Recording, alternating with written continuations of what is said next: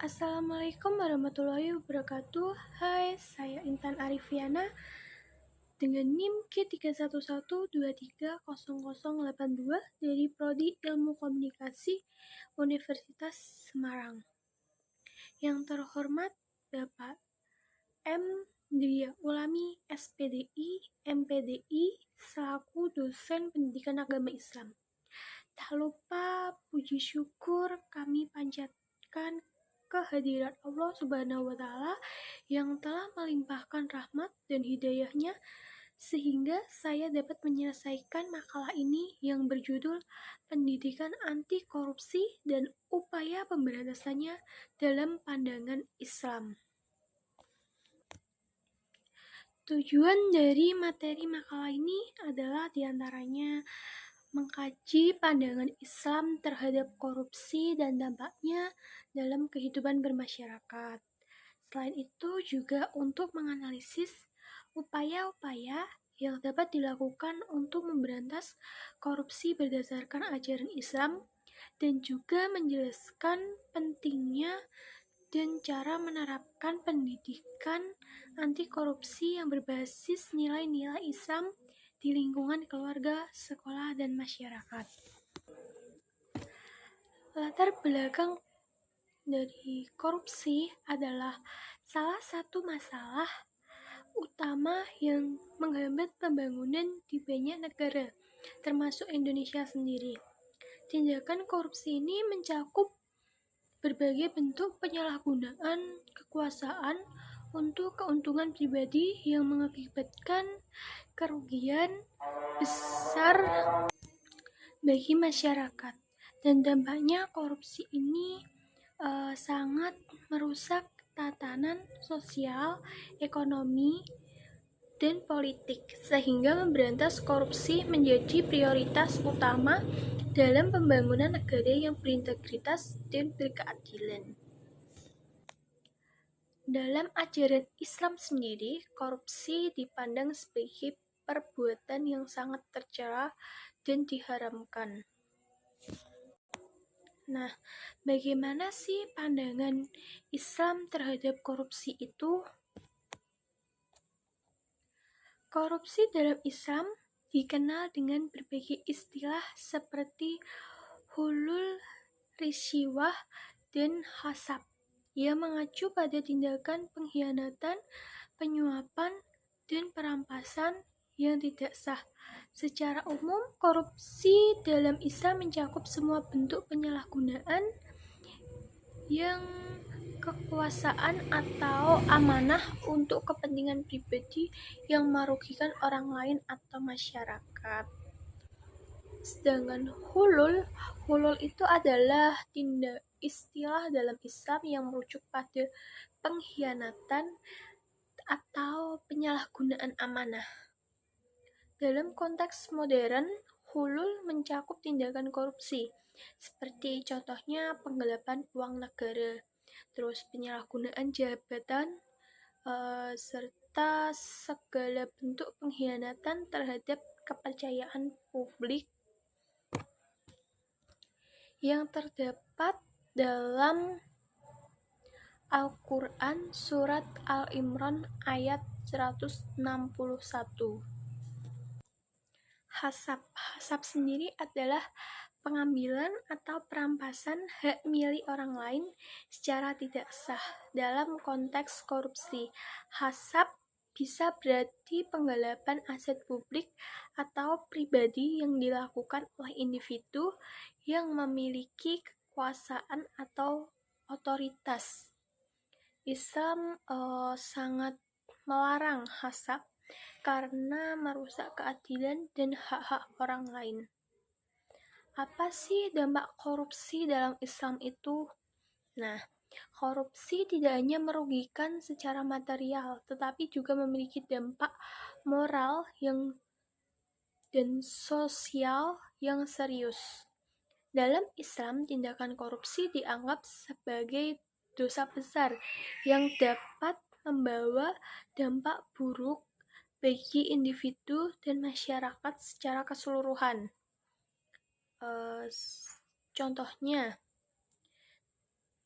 merusak kepercayaan publik, seperti korupsi menghancurkan kepercayaan masyarakat terhadap pemerintah dan lembaga-lembaga publik.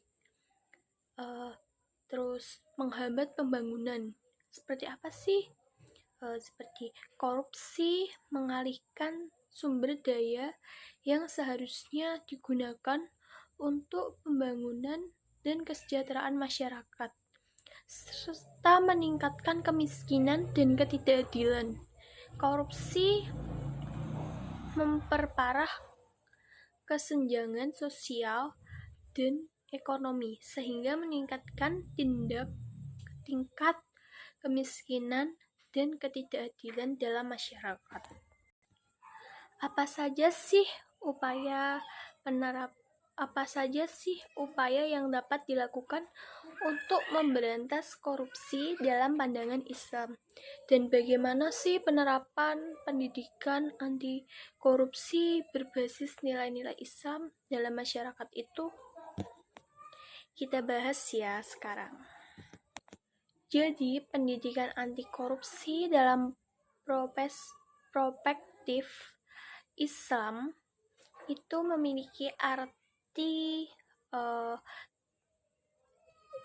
sistematis untuk menanamkan nilai-nilai kejujuran, integritas, dan tanggung jawab dalam diri individu sejak dini, guna mencegah dan mengurangi praktik korupsi di masa depan. Pendidikan ini tidak hanya bertujuan untuk memberikan pengetahuan tentang bahaya korupsi, tetapi juga membentuk karakter yang kuat dan berintegritas. Terus juga Islam memiliki landasan yang kuat dalam mengajarkan nilai-nilai anti korupsi. Beberapa ayat Al-Quran dan hadis yang relevan dalam landasan pendidikan anti korupsi dalam Islam. Satu adalah kejujuran, asyidik, terdapat dalam surat Al-Ahzab ayat 70, yang artinya, hai orang-orang yang beriman, bertakwa kepada Allah dan katakanlah perkataan yang benar. Yang kedua adalah amanah atau kepercayaan, terdapat dalam surat An-Nisa ayat 58, yang artinya sesungguhnya Allah menyuruh kamu menyampaikan amanat kepada yang berhak menerimanya. Yang ketiga adalah larangan suap atau risiwah. Rasulullah SAW melaknat pemberi suap dan penerima suap dalam masalah hukum. Abu Dawud, At-Tirmidzi, dan Ibnu Majah. Terus selanjutnya ada keadilan, Al-Adl, terdapat dalam surat An-Nahl ayat 90, yang artinya sesungguhnya Allah menyuruh kamu berlaku adil dan berbuat kebajikan, memberi kepada kaum kerabat, dan Allah melarang atau melakukan perbuatan keji, kemungkaran, dan permusuhan. Beberapa implementasi dalam pendidikan anti korupsi dalam Islam. Yang pertama adalah pendidikan moral dan etika Islam. Gimana sih maksudnya? Pendidikan anti korupsi harus dimulai dari pendidikan moral dan etika yang kuat. Islam juga mengajarkan nilai-nilai seperti kejujuran, amanah, dan integritas. Melalui pendidikan agama, nilai-nilai ini ditanamkan sejak dini kepada anak-anak. Yang kedua ada peran keluarga dalam masyarakat. Artinya, keluarga dan masyarakat memiliki peran penting dalam mendidik anak-anak tentang bahayanya korupsi.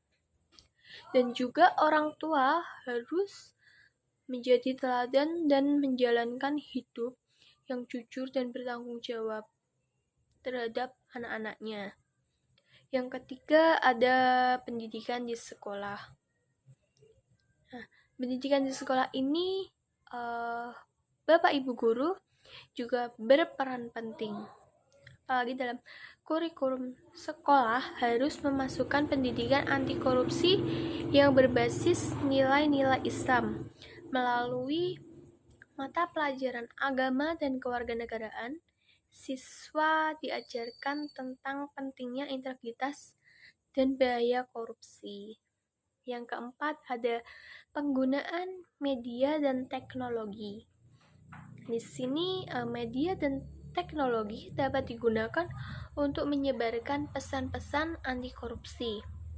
Kampanye anti korupsi melalui media sosial, film, dan aplikasi edukasi dapat menjangkau generasi muda secara efektif. Apalagi di zaman yang canggih seperti ini, media sosial sangatlah berperan.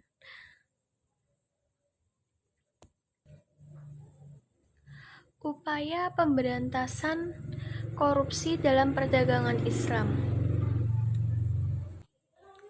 Islam menempatkan kejujuran dan integritas sebagai nilai-nilai utama yang harus dijunjung tinggi oleh setiap individu. Untuk memberantas korupsi, Islam menawarkan berbagai pendekatan yang komprehensif mencakup penegakan hukum, pembinaan moral, dan penerapan prinsip-prinsip transparansi dan akuntabilitas. Islam menempatkan kejujuran dan integritas sebagai nilai-nilai utama yang harus dijunjung tinggi oleh setiap individu.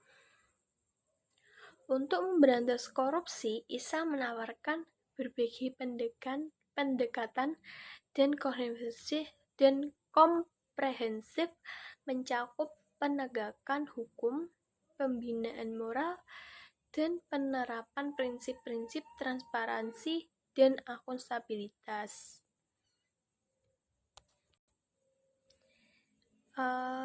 Saya akan jelaskan dari keempat tersebut. Yang pertama ada penegakan hukum yang tegas. Maksudnya adalah Islam menekankan pentingnya penegakan hukum yang tegas terhadap pelaku korupsi. Seperti hukuman yang adil dan setimpal harus diberikan kepada mereka yang terbukti melakukan korupsi. Bukan malah mereka yang salah sudah ketahuan korupsi malah dibebaskan atau tidak ditangkap oleh polisi atau mungkin tidak diberi hukuman atau mungkin diberi kebebasan. Yang kedua adalah pembinaan moral dan agama. Maksudnya adalah pembinaan moral dan agama melalui majelis taklim, seperti contohnya ceramah dan kegiatan keagamaan lainnya dapat menjadi upaya preventif dalam pemberantasan korupsi. Seperti saat ini, di kalangan anak-anak muda sekarang pada suka yang namanya sholawat. Nah, dari sholawat itu kita bisa menyinggung nih tentang korupsi supaya anak-anak muda sekarang tuh terjauh dari pemberantasan korupsi. Terus yang ketiga ada transparansi dan akuntabilitas. Islam mengajarkan pentingnya transparansi dan akuntabilitas dalam pengelolaan harta dan kekuasaan. Pemerintah dan swasta harus menerapkan prinsip-prinsip ini untuk mencegah korupsi.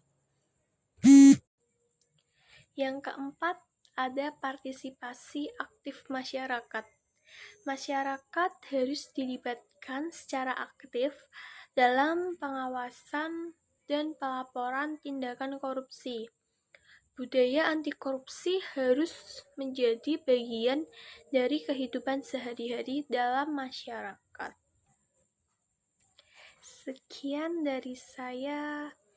Semoga ilmu pendidikan anti korupsi dan upaya pemberantasannya dalam pandangan Islam yang saya sampaikan bermanfaat bagi kalian. Terima kasih. Wassalamualaikum warahmatullahi wabarakatuh.